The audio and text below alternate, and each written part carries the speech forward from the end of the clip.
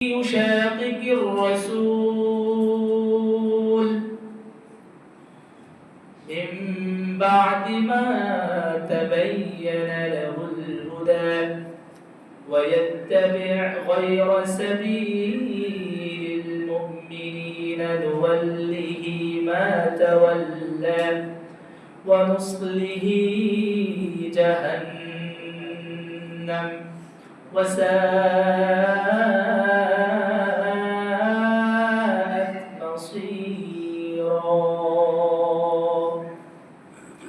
আল্লাহ সুবহানাহু ওয়া তাআলা বলেন, সত্য প্রকাশিত হওয়ার পরেও আপনার কাছে দ্বীন ইসলাম কোরআন ও হাদিসের স্পষ্ট বিধিবিধান থাকার পরেও যারা এই দ্বীন ইসলাম থেকে, ঈমানদার মুমিন থেকে যারা দূরে সরে যাবে, সেই পথ এবং মত থেকে যারা দূরে সরে যাবে, আল্লাহ সুবহানাহু ওয়া তাআলা বলেন নুওয়াল্লিহি মা তাওয়াল্লা, সে এই ইসলাম ছেড়ে আল্লাহ এবং তার রাসূলের দেখানো পথ থেকে যারা দূরে সরে যাবে, উল্টা দিকে যে মোড় ঘুরিয়ে তার মুখ ফিরিয়ে দিবে, আল্লাহ পাক তাকে সেদিকেই ঘুরিয়ে দিবে। বলেন নাউযুবিল্লাহি মিন যালিক। অনুসলিহি জাহান্নাম, এবং তাকে জাহান্নামের আগুন দ্বারা দগ্ধ করা হবে। বলেন নাউযুবিল্লাহি মিন যালিক।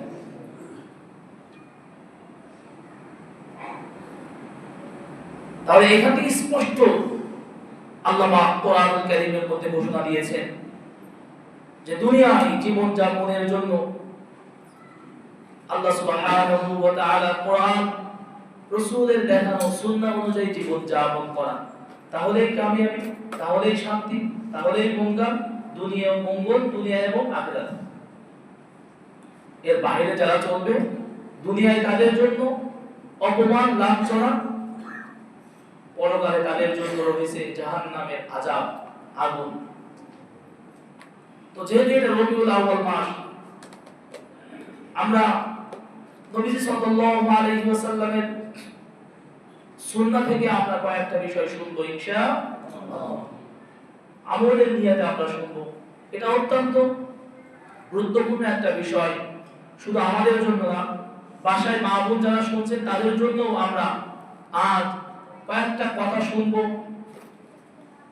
যেহেতু এটা রবিউল আউয়াল মাস, আর এই মাসকে কেন্দ্র করে আমাদের সমাজের মধ্যে বাড়াবাড়ি আছে, ছাড়াছাড়ি আছে, ইবাদত বন্দেগী আমরা বিভিন্ন ভাবে পালন করে থাকি। তো আমরা আজ যে বিষয়টা নিয়ে কথা বলার চেষ্টা করব সেটা হলো হাজত পূর্ণ করা, অর্থাৎ বাথরুমে যাওয়া, টয়লেটে আমরা যখন যাই, এই যাওয়া আসার ব্যাপারেও আমাদের অনেক বিধিনিষেধ আছে, কিছু তরিকা আছে, কিছু নিয়ম নীতি আছে। এই নিয়ম নীতি সম্পর্কে আমরা কয়েকটা কথা শুনবো। এক নাম্বার যেটা বলবো, হাজত যখন আমরা পূর্ণ করার জন্য টয়লেট বা ওয়াশরুমে যখন প্রবেশ করব, তো আমরা প্রথমেই দোয়া পড়ব। প্রথমে আমরা কি করব? দোয়া পড়ব। এই দোয়াটা কি? আল্লাহুম্মা ইন্নী আউযু বিকা মিনাল খুবুতি ওয়াল খাবাইথ। বুখারী শরীফের 141 নম্বর হাদিসের মধ্যে আসছে যে যখন তোমরা ওয়াশরুমে যাবে তো এই দোয়া পড়বে। সেটা কি?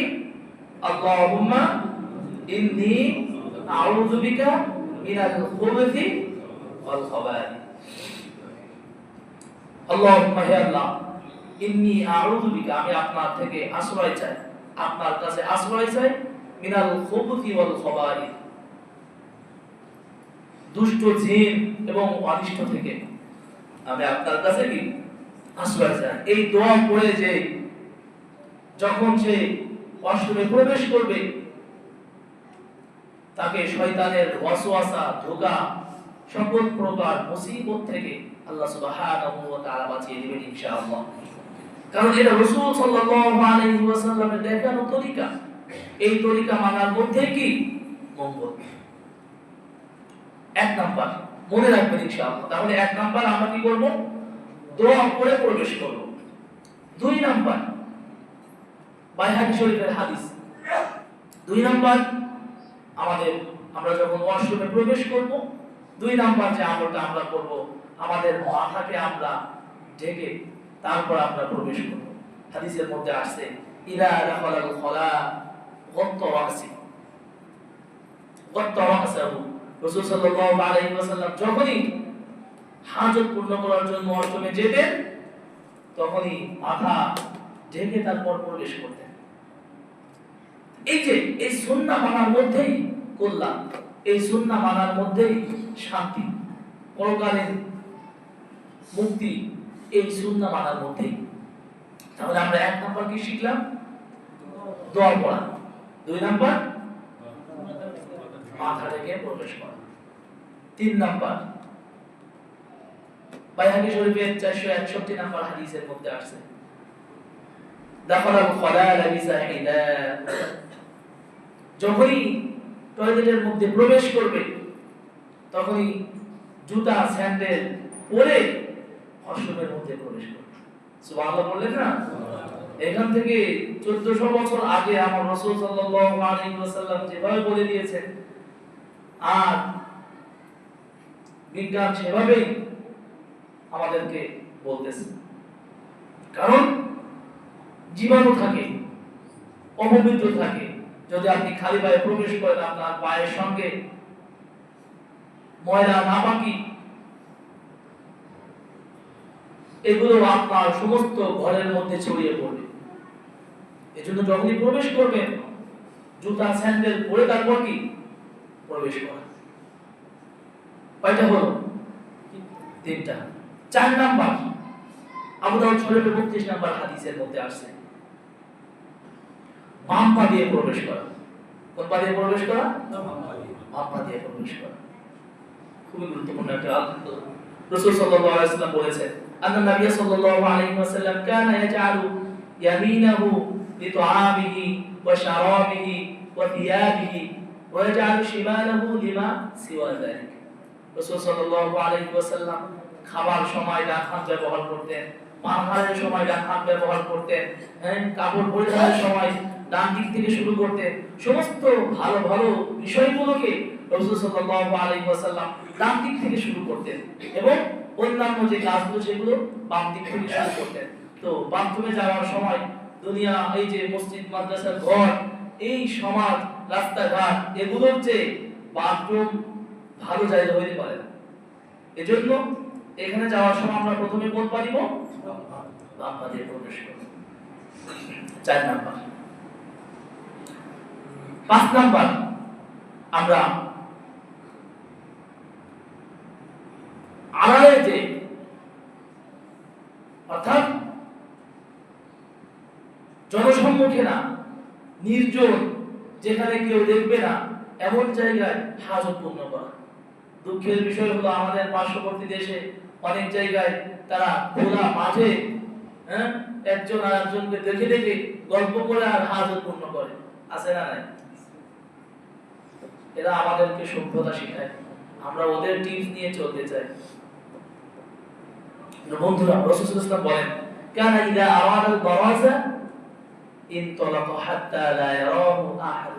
আমাজা আয়েশা রাদিয়াল্লাহু তাআলা আনহা বলেছেন রাসূল সাল্লাল্লাহু আলাইহি ওয়াসাল্লাম যখন হাজত পূর্ণ করার জন্য যেতেন তখন আরাম আবদারে যেতেন হাত্তা লা ইয়ারাহু আহাদ, যেন কেউ না দেখে।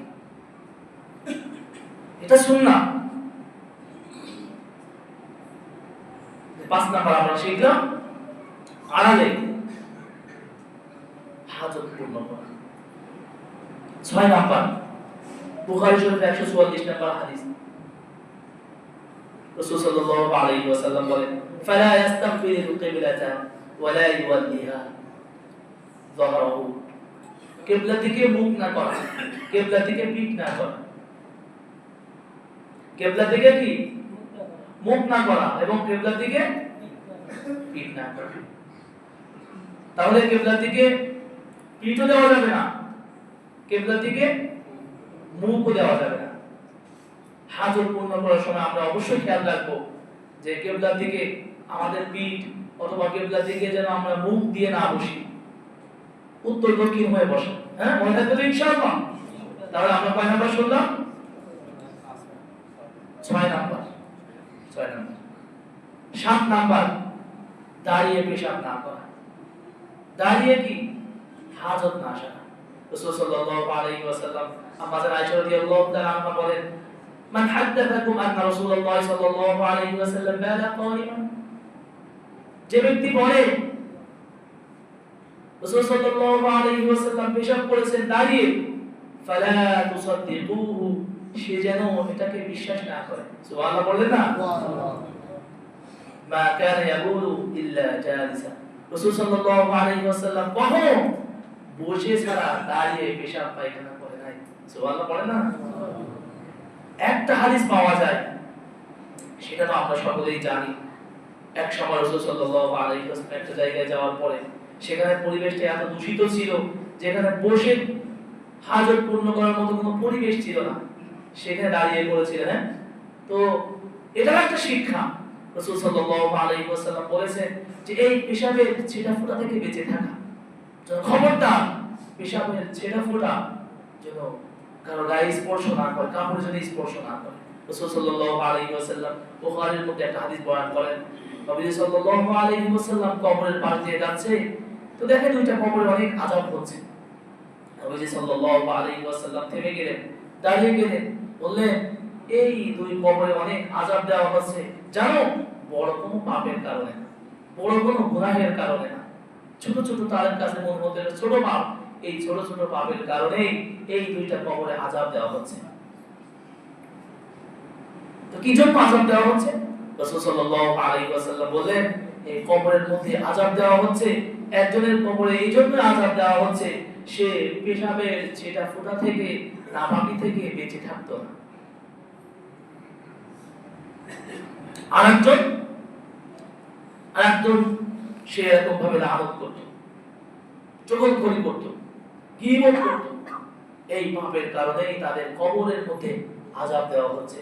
নবী সাল্লাল্লাহু আলাইহি ওয়াসাল্লাম খেজুরের কাঁচা ডাল এনে কবরের উপর এটাকে পুঁতে দিলেন এবং রাসূল সাল্লাল্লাহু আলাইহি ওয়াসাল্লাম এভাবে বললেন যে আমি আশা রাখি যতক্ষণ পর্যন্ত এই ডাল, এই খেজুরের পাতা কাঁচা থাকবে, তাজা থাকবে, ততক্ষণ পর্যন্ত এই কবরের মধ্যে ইনশাআল্লাহ আল্লাহ পাক আযাব দিবে না। বলেন সুবহানাল্লাহ। এর থেকে আমরা ওই যে কবরের চারিপাশে যে কাঁচা ডালগুলো পুঁতে থাকি, কিন্তু ওটা ছিল একটা নির্দিষ্ট একটা আমল, একটা বিশেষ একটা খাস আমল। আমরাও ওইটাকে স্মরণ করে, ওইটাকে মনে করে আমরা ওই কবরের উপর খেজুরের ডাল অথবা ইত্যাদি কাঁচা ডালগুলো পুঁতে থাকি। ইনশাআল্লাহ আমরাও আশা রাখি আল্লাহ পাক যেন এই ওসিলা করে মাফ করে দেন। কিন্তু এটা আসলে এভাবেই বলা যাবে না যে এটা করলেই কবরে মাফ হয়ে যাবে, এটা করলেই হয়তো কবরে আযাব বন্ধ হয়ে যাবে, এভাবেই বলা যাবে না। এটা একটা খাস একটা আমল ছিল।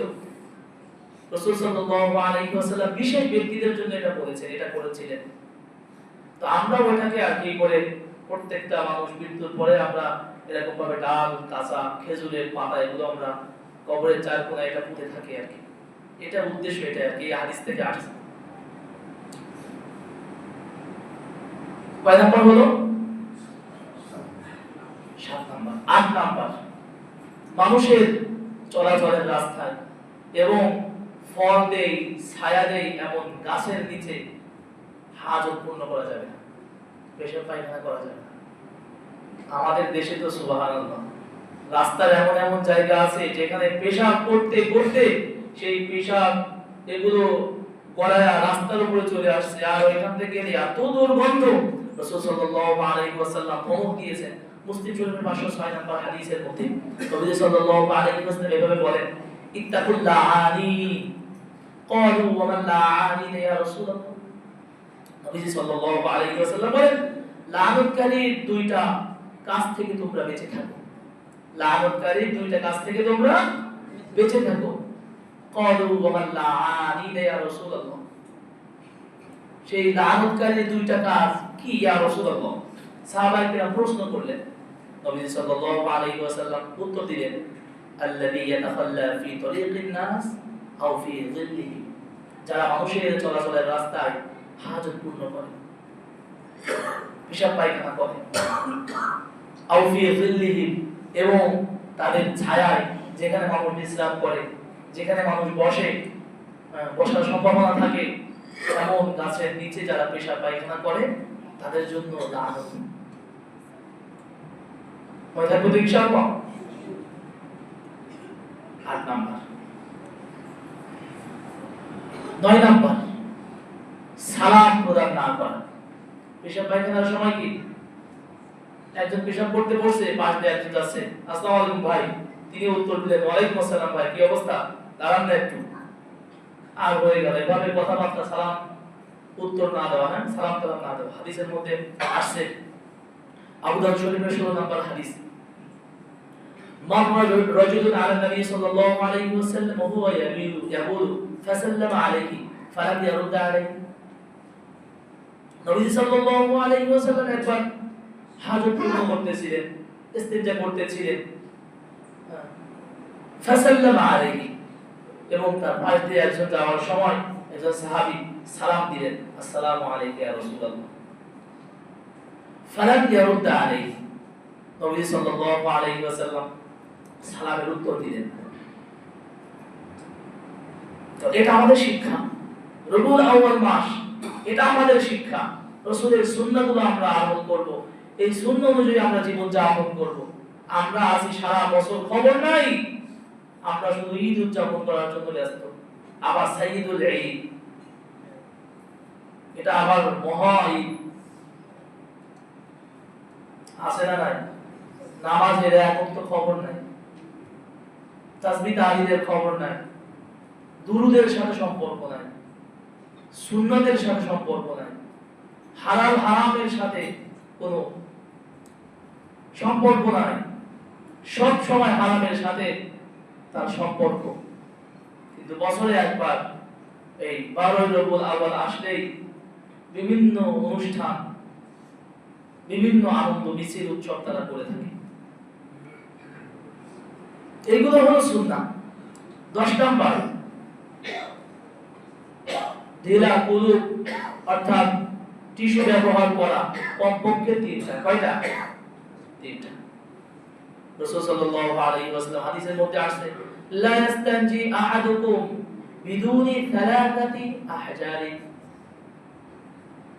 যে তোমরা যখন ইস্তিনজা করবে, পেশাব পায়খানা করবে, তখন তোমরা কমপক্ষে 3টা ঢেলা কুলুব টিস্যু পেপার ব্যবহার করবে। কয়টা? কমপক্ষে কি 3টা। সুবহানাল্লাহ পড়লেন না? সব কিছু রাসূল সাল্লাল্লাহু আলাইহি ওয়াসাল্লাম সেই 1450 বছর আগে আমাদেরকে শিখিয়ে দিয়েছেন। যুবক ভাইরা যারা আছেন এগুলো জানেন না, আজ থেকে শুরু করবেন ইনশাআল্লাহ। তাহলে 3টা ব্যবহার করো। 11 নাম্বার, ডান হাতে স্পর্শ না করা। রাসূল সাল্লাল্লাহু আলাইহি ওয়াসাল্লাম বুখারী শরীফের হাদিসের মধ্যে বলেন, 154 নাম্বার হাদিস, ইযা বালা আহাদাকুম ফালা ইয়াখুদান্না যাকারাহু বিয়ামিনিহি। রাসূল সাল্লাল্লাহু আলাইহি ওয়াসাল্লাম বলেন, যখন তোমরা হাজত ছাড়বে, ইস্তিনজা করবে, তখন খবরদার তোমরা যেন ডান হাত স্পর্শ করবে। ডান হাতে স্পর্শ করা যাবে না। সমস্ত কাজগুলো কি বাম দিক থেকে শুরু করতে হবে, বাম হাত দিয়ে করতে হবে। রাসূল সাল্লাল্লাহু আলাইহি ওয়াসাল্লাম আমাদেরকে কত সুন্দরভাবে, কত আগে আমাদেরকে এত সুন্দরভাবে বুঝিয়ে দিয়ে গিয়েছে। 11 নাম্বার। 12 নাম্বার, বের হওয়ার সময় আমরা কোন পা দিয়ে বের হব? ডান পা দিয়ে বের হব, এবং বের হওয়ার পরে আমরা দোয়া করব, গুফরানাক। কি করব? গুফরানাক। আরেকটা বর্ণনা আছে, আলহামদুলিল্লাহিল্লাযী আযহাবা আন্নিল আযা ওয়া আফানি। গুফরানাক, আল্লাহ আমি আপনার কাছে পানাহ চাই। এই তো রাসূল সাল্লাল্লাহু আলাইহি ওয়াসাল্লাম বলেছেন। এর ব্যাখ্যায় বিভিন্ন ব্যাখ্যাকার ব্যাখ্যা দিয়েছেন যে আমরা তো এমন জায়গায় ছিলাম, সেখানে তো আমরা কোনো গুনাহ করি নাই, তাহলে আমরা বের হয়ে ক্ষমা চাইবো কেন? সুবহানাল্লাহ। ব্যাখ্যা শুনবেন, রাসূল সাল্লাল্লাহু আলাইহি ওয়াসাল্লাম সব সময় তার জবান থেকে কালেমা বের করতো, লা ইলাহা ইল্লাল্লাহ, সুবহানাল্লাহি ওয়া বিহামদিহি, সুবহানাল্লাহিল আযীম। সব সময় রাসূল সাল্লাল্লাহু আলাইহি ওয়াসাল্লামের জবান থেকে আল্লাহর প্রশংসার বাণী বের হতো। সুবহানাল্লাহ পড়েন, সব সময় পড়তেন। কিন্তু যখন হাজত পূর্ণ করার জন্য ঢুকতেন, যেতেন ভিতরে, তখন আর এই কালেমা পাঠ করতেন না। তো তিনার কাছে রাসূল সাল্লাল্লাহু আলাইহি ওয়াসাল্লামের কাছে এটা অপরাধ মনে হয়েছে, আমি এতটুকু টাইমে আল্লাহ পাকের নাম, আল্লাহ পাকের তাসবিহ পাঠ করতে পারলাম না, এটা আমার জন্য হয়তো একটা অপরাধ। এই জন্যই বের হয়ে তিনি বলেছেন গুফরানাক, আল্লাহু আকবার। আর আমরা মাসের পর মাস, বছরের পর বছর নামাজ আদায় করি না, আল্লাহ পাকের গোলামি করি না, হৃদয়ের মধ্যে একটু ব্যথা আমাদের হয়। অথচ রাসূল সাল্লাল্লাহু আলাইহি ওয়াসাল্লাম এতটুকু সময় তিনি আল্লাহ পাকের নাম নিতে পারে নাই, এজন্য রব্বুল কারীমের কাছে ক্ষমা চেয়েছেন, গফরানা, আল্লাহ এতটুকু টাইমে আমি আপনার ইবাদত বন্দেগী করতে পারি নাই, আপনি আমাকে মাফ করে দেন। আলহামদুলিল্লাহিল্লাযী আযহাবা, এবং প্রশংসা করেছেন আনিল আদা ওয়া আফানি, প্রশংসা সেই আল্লাহর জন্য যিনি আমার থেকে এই বিষয়গুলোকে দূরীভূত করে দিয়েছেন এবং আমাকে স্বস্তি দান করেছেন। সুবহানাল্লাহ, সুন্দর দোয়া। প্রিয় বন্ধুরা আমার, এই সুন্নাহ আমলগুলো করা, আমরা তো বিভিন্ন বিষয় যখন আমাদের সামনে আসে তখন আমরা ভেঙে পড়ি, কিভাবে সম্ভব, কিভাবে এটা হবে, এটা তো সম্ভব না। অথচ সাহাবায়ে কেরাম একটা বিষয় শোনার সাথে সাথে সেটাকে এক চুল পরিমাণ দ্বিধা দ্বন্দ্ব ছাড়া সাথে সাথে সেগুলোকে দূর করে দিয়েছেন। হাদিসের মধ্যে আসছে মান আহাব্বা সুন্নতি ফাকাদ আহাব্বানি ওয়া মান আহাব্বানি কানা মা'i ফিল জান্নাহ। মান আহাব্বা সুন্নতি, যে ব্যক্তি আমার সুন্নাতকে ভালোবাসবে, ফাকাদ আহাব্বানি, সে যেন আমাকেই ভালোবাসলো, ওয়া মান আহাব্বানি, আর যে আমাকে ভালোবাসলো, কানা মা'i ফিল জান্নাহ, সে তো আমার সঙ্গেই জান্নাতের মধ্যে থাকবে। সুবহানাল্লাহ। এজন্য রাসূলের সুন্নাহ সাথে সম্পর্ক রাখা। আমরা এখন বললেই এটা কিভাবে সম্ভব, দাড়ি রাখার কথা বললে এটা একবারে কিভাবে সম্ভব, বিড়ি থেকে দূরে থাকার কথা বললে এটা কিভাবে সম্ভব, সুদ থেকে দূরে থাকার কথা বললে এটা কিভাবে সম্ভব। খায়বার যুদ্ধের সময় সাহাবায়ে কেরাম গাধার গোশত খাওয়া শুরু করলেন। বুখারীর মধ্যে আসছে 4199 নম্বর হাদিসের মধ্যে, খায়বার বিজয়ের পরে সাহাবায়ে কেরামের কাছে খাদ্য খাবার খুবই সংকট, যুদ্ধ করে তারা ক্লান্ত হয়ে গিয়েছে। এই সময় সাহাবায়ে কেরাম গাধার গোশত খাওয়া শুরু করলেন।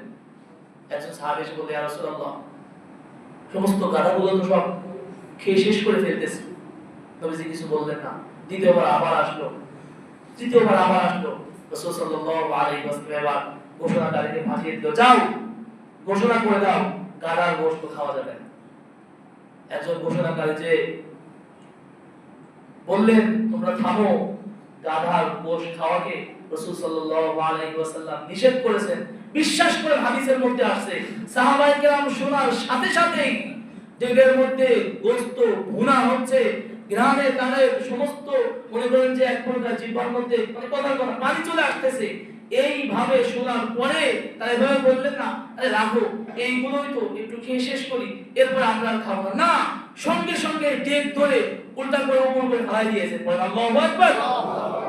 সাথে সাথে কোনো প্রকার কোনো কথা বলে নাই যে তুমি আমাদের সাথে বসো, রাসূলকে বলার দরকার নাই, যেহেতু রান্না বান্না শেষ, এটা খাওয়া দাওয়া করে আমরা শেষ করি, আমরা আর জবাব দিব না, খাবো না। না, বলার সাথে সাথেই ডেক ধরে উল্টা করে দিয়েছে। আমি যদি এখন বলি বিড়ি খাই না, হুজুর এটা একবারে কিভাবে ছাড়বো? আমার রাসূল কখনো কোনোদিন বিড়ি খেয়েছেন? না, খান না। হ্যাঁ, যদি বলি এখন সুদ খাওয়া বন্ধ কর, হুজুর বললে কি হয়েছে? সুদ আমরা বন্ধ করতে পারতাম না, খাবো কেমনে? হ্যাঁ, না, যখনই আপনার কাছে আল্লাহ এবং তার বড়ত্বের কোনো কথা, কোনো ঘোষণা আপনার কাছে আসবে, আপনি জানার সাথে সাথেই আল্লাহর জন্য এটা বন্ধ করে দিবেন। প্রিয় বন্ধুরা আমার, আপনি দুনিয়া থেকে বিদায় নেওয়া লাগবে, আপনাকে রব্বে কারীমের সামনে দাঁড়াতে হবে। আপনি মৃত্যুর পরে যখন আপনি মানুষ বলবে, এই লোকটা ভালো মানুষ ছিল কিন্তু বিড়ি খাইত, এই লোকটা ভালো মানুষ ছিল নামাজ পড়তো কিন্তু সুদ খাইত, কেমন লাগবে? লোকটা ভালো মানুষ ছিল কিন্তু মুখের মধ্যে দাঁড়িয়ে রাখতে পারে না। এজন্য দুনিয়ার জমিনে ভালো মানুষ হয়ে যাওয়া, জান্নাতি মানুষ হয়ে যাওয়া, রাসূলের সুন্নাহর সাথে সম্পর্ক রাখা। আল্লাহ পাক আমাদেরকে যতটুকু বললাম প্রত্যেকটা সুন্নাহগুলো আমাদেরকে আমাদের তৌফিক দান করেন, আমিন। ওয়া আখিরু দাওয়ানা আলহামদুলিল্লাহি রাব্বিল আলামিন। আসসালামু আলাইকুম ওয়া রাহমাতুল্লাহি ওয়া বারাকাতুহু।